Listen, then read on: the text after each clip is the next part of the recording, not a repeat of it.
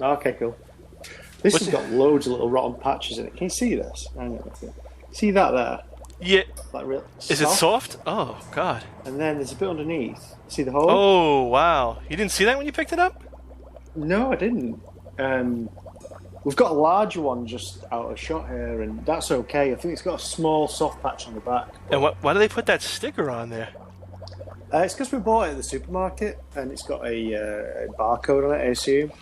Ah. But just so you don't know, it says pumpkin. Just in case you don't know what a pumpkin is. It's... just in case you don't get it, you know. Oh, my gosh. You know, by me, it's... You know what? Let's start the Halloween episode. Let's do this. Let's do it.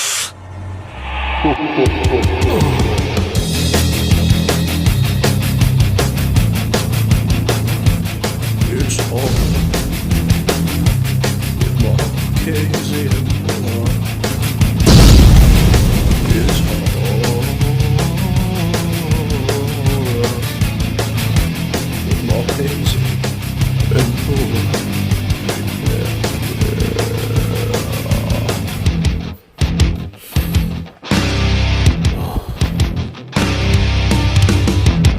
Welcome to the show with Gary Buller and Willie Marchese, where we talk about everything, and we're two horror writers, so we might just throw some horror in there.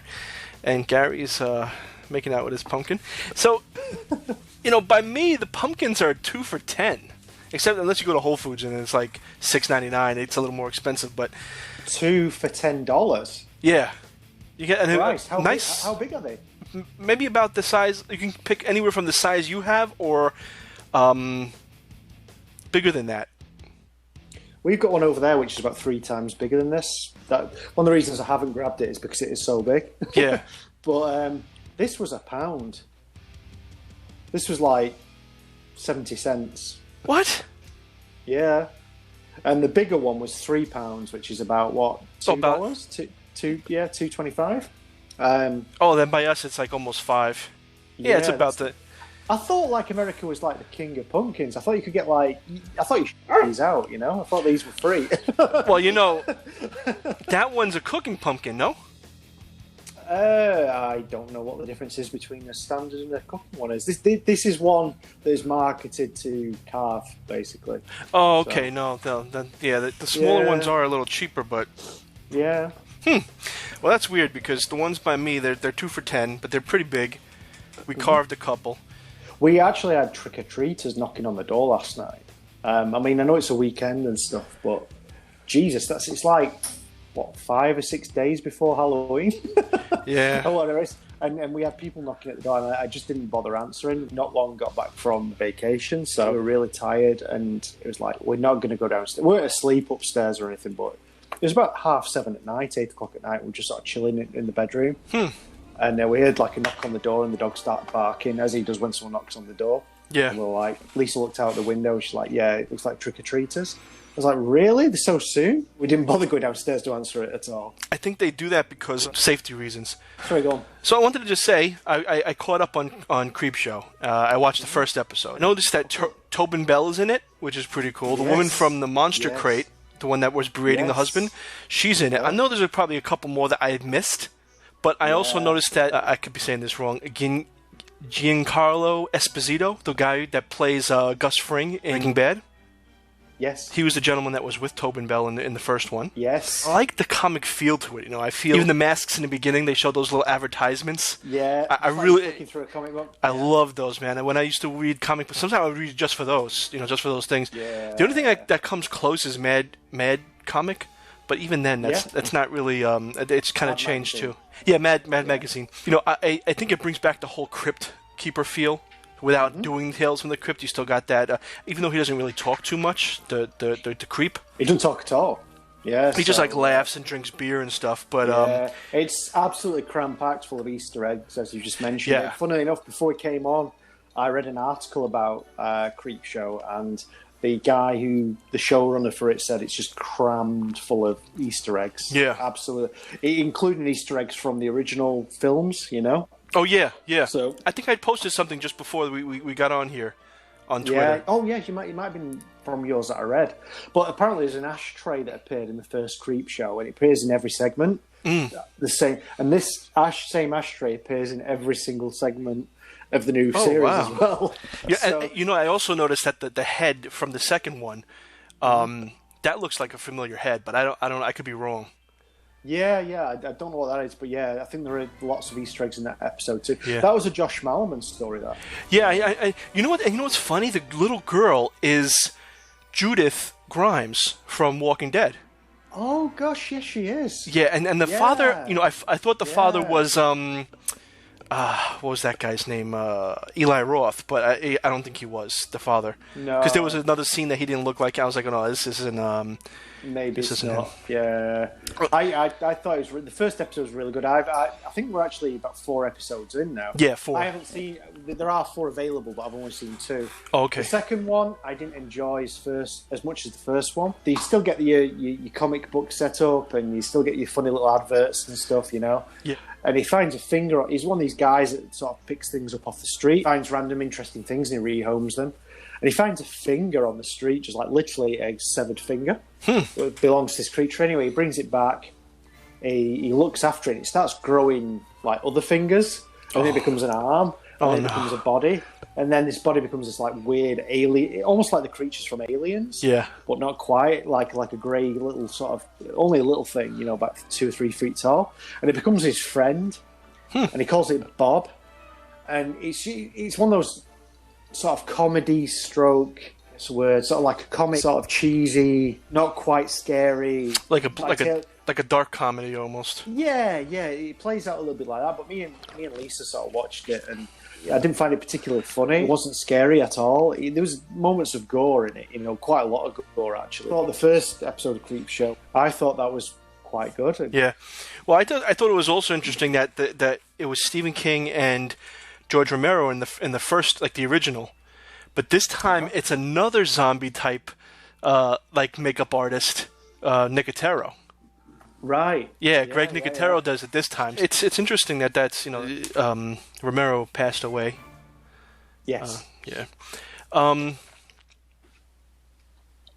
But yeah, also, you know, Halloween, man. So what are you going to be doing?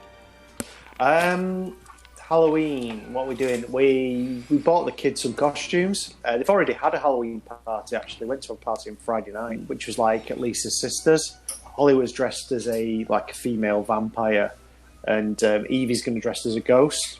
You know, she's got like this white costume and like a little light, one of these pails, you know, with like the face on it. Yeah. They're kind of going as that, but Halloween for us usually involves a bit of trick-or-treating. We usually get some candy in for the kids. It's becoming more and more popular. I think I've said a few times before on the show. Halloween, as you see it, you guys in the States, it's sort of gradually becoming the same here. It used to be, when I was a kid, it wasn't the same thing. It was a different, less commercial entity, really. We used to use Swedes, you know. I might have said before, you couldn't get hold of one of these when I was a kid. Or it was really hard to get hold of one of these. We used to use Swedes, which are like vegetables about that big. Like big potatoes, you know, a bit like turnips. Yeah. Turnips or something. So, but nowadays, what we experience is probably very similar to what you experience, you know. You get haunted hay rides out there, you get, you know, the kids go trick-or-treating. The haunted houses. So some of those are crazy, you know. Chris was telling me the other day that there's one you have to sign a waiver. And Really? I was watching this one on the news article that you sign a waiver, but they can throw like material on you and liquids, and they can grab you. And Chris was telling me there was one that you can actually you sign a waiver, and then up until Halloween they'll stalk you, right? So you'll get this guy stalking you, and then they'll kidnap you at one point. And then they'll take you, I guess, to this house or whatever, and then, you know, they do stuff to you, and it's like extreme, man. I don't know about that. That's really extreme. Yeah. Yeah, we don't quite get that. I mean, you know, you get people jumping out at you and stuff and sort of touching your shoulder and things like that. Yeah. You don't really get people throwing things at you. And like, you know? like fluids and... It's just asking for a lawsuit, isn't it, really? You know? Well, that's why you sign everything away. You sign everything away. All right. So they're totally exempt. They can do whatever they want to you. That is frightening. And he's been to one of these.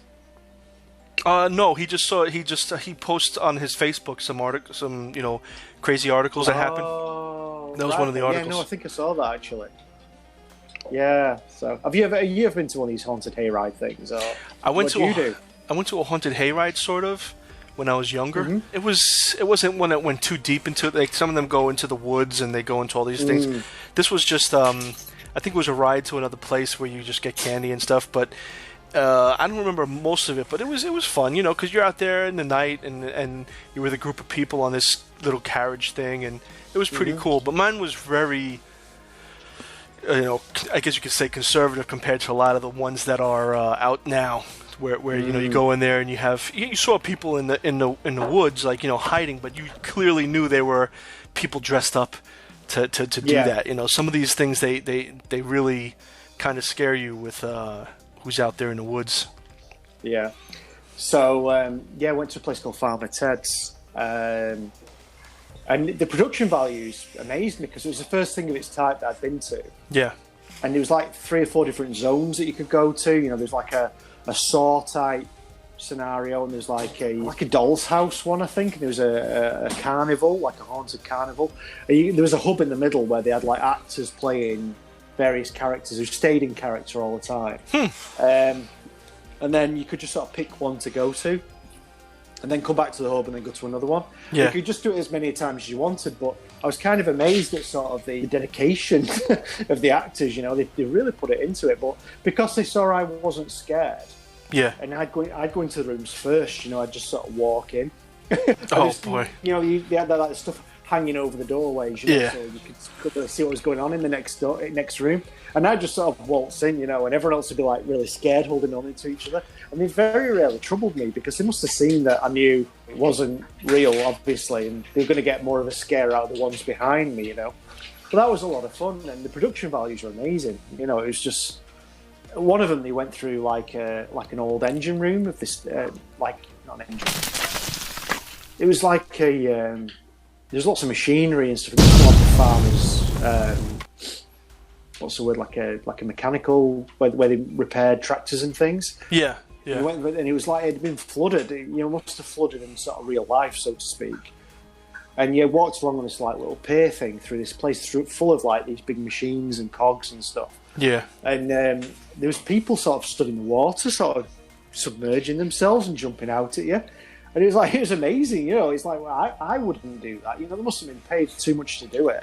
Yeah, no. But it was like it was like a real sort of environment. It wasn't made up. That was the way it looked. That was really, really cool.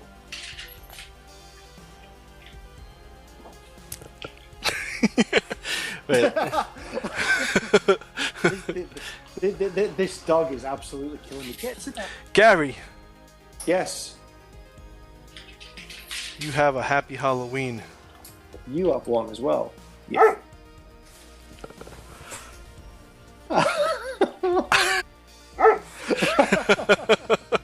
And see you next time. Unless we're shut down and yeah.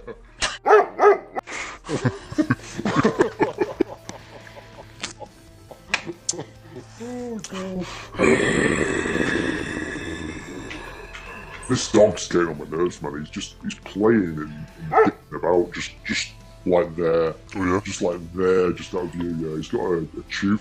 You get the Kong over there, don't you? Yeah, the dog toy. I call it Plug.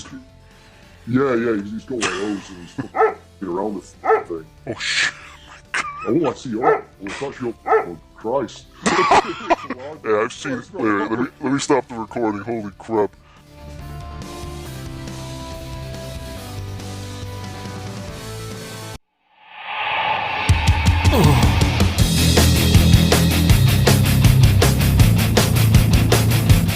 It's all with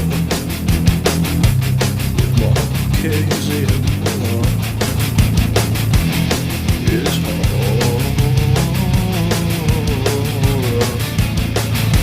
with Marchese and Moore.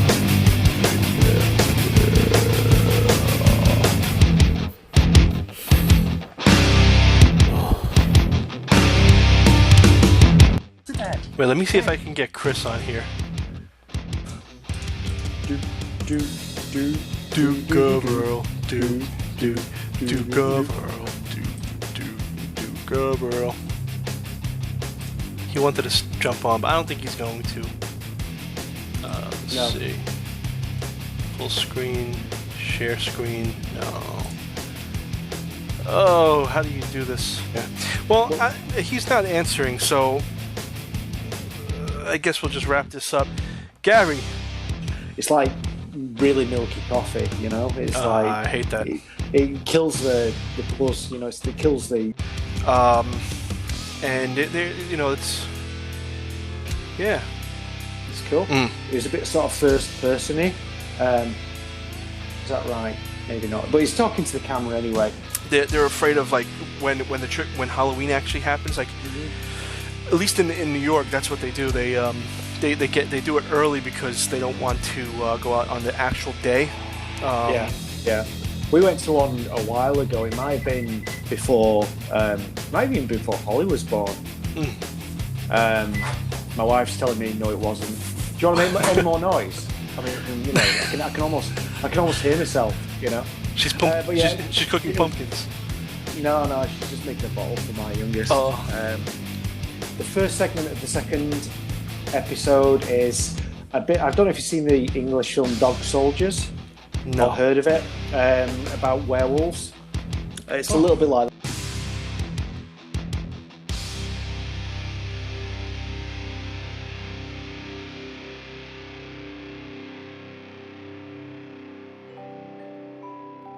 So, safety reasons. What you drinking there? I'm drinking Stella. Stella! You get Stella Artois over in the States. I got Zevia Artois. Zevia Artois.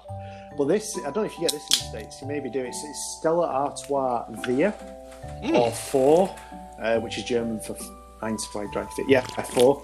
So, this is like a slightly weaker version of Stella. 9! Normal 9! Normal Stella's about 5% by volume. This one is 4. Oh. Hence probably why it's called Stella 4. But why is...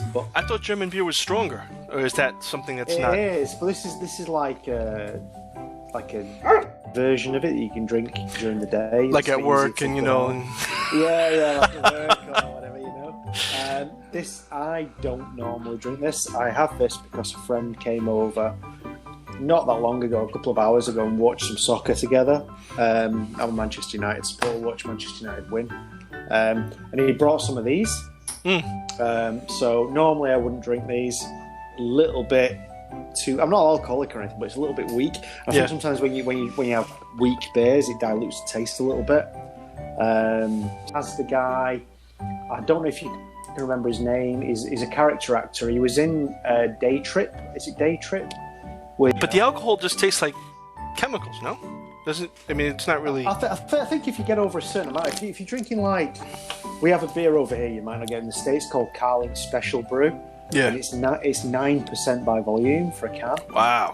And it's quite well known because, you know, you get like hobos and stuff drinking it over it, you know. You know, it's like a cheap, quick, strong hit. You know? Yeah. It tastes like treacle, it's horrible, but I think when you hit the sweet spot, about 5%, yeah, maybe a little 5.2, like Moretti and like Peroni and things like that, you know. I think that's a sweet spot and it tastes nice. I think if it's too weak, it just tastes like urine. So like O'Doul's, and here in the States we have something called O'Doul's, which is like a non-alcoholic beer. It's like... It's just drink soda. Yeah. You know what I mean? Why are you drinking alcohol? Yeah. It's like caffeine-free coffee. You know, it's like exactly the whole point is you want to have the buzz. You know. Yeah, exactly. Yeah, you get something from it. You know. Yeah. Tom Green.